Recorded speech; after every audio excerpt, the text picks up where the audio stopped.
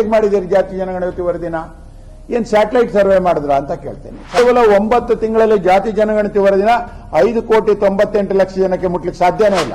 ದಕ್ಷಿಣ ಕನ್ನಡಿಗದ ಏನು ಮೊಗವೀರ ಇರ್ಬೋದು, ಬಿಲ್ಲವ ಇರ್ಬೋದು, ಬಂಟ ಸಮಾಜಕ್ಕೆ ಆದ ಅನ್ಯಾಯ ಅಂತ ಹೇಳ್ತೇನೆ. ಅದೇ ನಾನೊಬ್ಬ ಬಂಟ ಸಮುದಾಯನಾದನಾಗಿ ನಾನು ಹೇಳಲಿಕ್ಕೆ ಇಚ್ಛೆ ಪಡ್ತೇನೆ.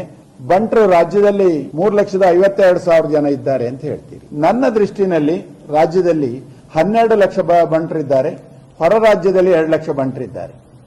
ಹಾಗಾದ್ರೆ ಜಾತಿ ಜನಗಣತಿ ಹೇಗೆ ಮಾಡಿದ್ದೀರಿ ಅಂತ ನನಗೆ ಗೊತ್ತಿಲ್ಲ, ಮಾನದಂಡ ಏನು ಅಂತ ಗೊತ್ತಿಲ್ಲ ನನಗೆ. ನಾನು ಹೇಳಲಿಕ್ಕೆ ಹೋದ್ರೆ ನನ್ನ ಮನೆಯಲ್ಲಿ ಜಾತಿ ಜನಗಣತಿ ವರದಿ ನಡೆದಿಲ್ಲ, ನನ್ನ ಕುಟುಂಬದಲ್ಲಿ ಯಾರ ಮನೆ ಕೇಳಿದ್ರು ವರದಿ ನಡೆದಿಲ್ಲ.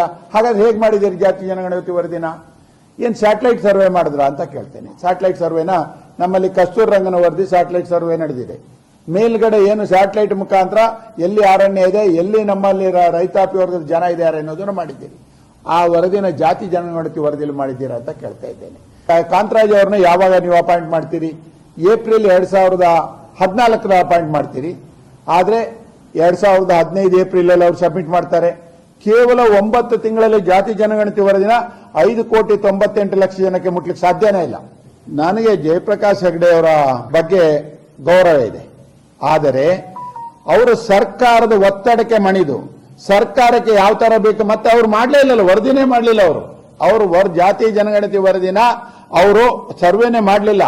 ಹಿಂದೆ ಕಾಂತರಾಜ್ ಅವರು ಮಾಡಿರುವಂತಹ ಏನು ಕಂಪ್ಯೂಟರ್ ಅಲ್ಲಿ ಇರುವಂತಹದನ್ನ ಇವತ್ತು ನೋಡಿದ್ರೆ ಎಐನಲ್ಲಿ ಮಾಡಿಬಿಡ್ಬೋದು. ಇವತ್ತು ಆರ್ಟಿಫಿಷಿಯಲ್ ಇಂಟೆಲಿಜೆನ್ಸ್ ಅಂತ ಹೇಳ್ತೀವಿ, ಇವ್ರದ್ದು ಒಂದು ಆರ್ಟಿಫಿಷಿಯಲ್ ಇಂಟೆಲಿಜೆನ್ಸ್ ಉಪಯೋಗಿಸಿಕೊಂಡು ಮಾಡಿದ್ದಾರೆ.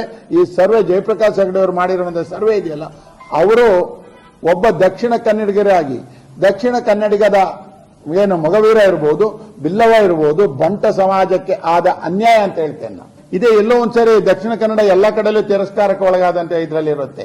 ಅವರಿಗೆ ವಾಯ್ಸ್ ಬರಲಿ, ಅವರ ಒತ್ತಡಕ್ಕೆ ಸಹಿ ಮಾಡೋದಕ್ಕೆ ಇರ್ಬೋದು, ರಾಜ್ಯ ಸರ್ಕಾರದ ಏನು ಅವರಿಗೆ ಒಂದು ರಿಟರ್ನ್ಸ್ ಕೊಟ್ಟಿರ್ಬೋದು. ಈ ರೀತಿಯ ಇನ್ನಷ್ಟು ವಿಡಿಯೋಗಳು ನಿಮಗೆ ಸಿಗಬೇಕೇ? ಹಾಗಾದ್ರೆ ಈಗಲೇ ನ್ಯೂಸ್ ಮಲ್ನಾಡ್ ಚಾನೆಲ್ನ ಸಬ್ಸ್ಕ್ರೈಬ್ ಆಗಿ, ಕೆಳಗಿರೋ ಸಬ್ಸ್ಕ್ರೈಬ್ ಬಟನ್ ಮೇಲೆ ಕ್ಲಿಕ್ ಮಾಡಿ ಉಚಿತವಾಗಿ ಸಬ್ಸ್ಕ್ರೈಬ್ ಆಗಿ. ನಿಮ್ಮ ಒಂದೊಂದು ಸಬ್ಸ್ಕ್ರೈಬ್ ಕೂಡ ನಮಗೆ ಬೆಂಬಲ, ಸ್ಫೂರ್ತಿ.